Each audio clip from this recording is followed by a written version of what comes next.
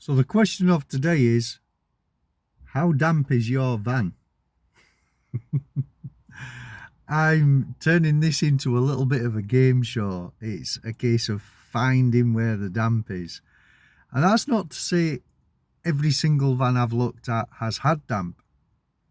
But generally the private sellers either do know that there's damp and they're willfully hiding the fact, or they're blissfully ignorant.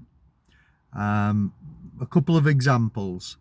There was one van that I went to see, and it had rippling along the wall, and it was pretty obvious there was damp in there somewhere. But when you tapped it, it was like bone dry.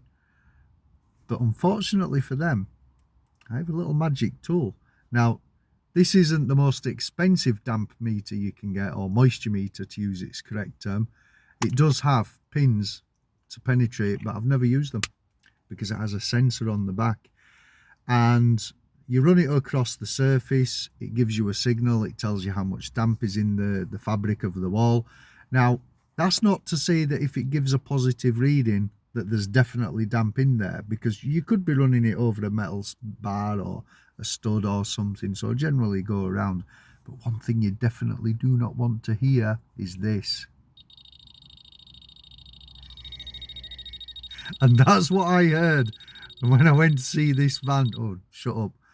That's what I heard when I went to see this van this morning. I mean, it looked okay from the outside, but then when I went inside, I realised he had the heating on. He'd had the heating on for about an hour or more because he knew I was coming. I asked him not to start the engine, but I didn't ask him not to put the heating on, so he did.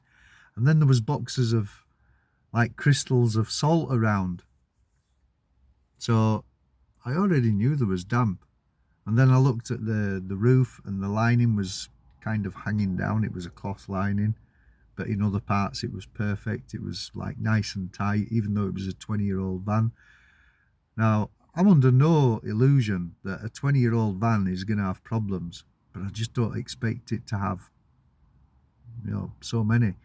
There must have been a 2-meter square patch that had damp, and that's going to take a lot of repairing if it's repairable. So just a quick update. There you go. This is what you don't want to hear when I come to look at your van. That's not too bad. That's what you don't want to hear. Keep on trucking, guys.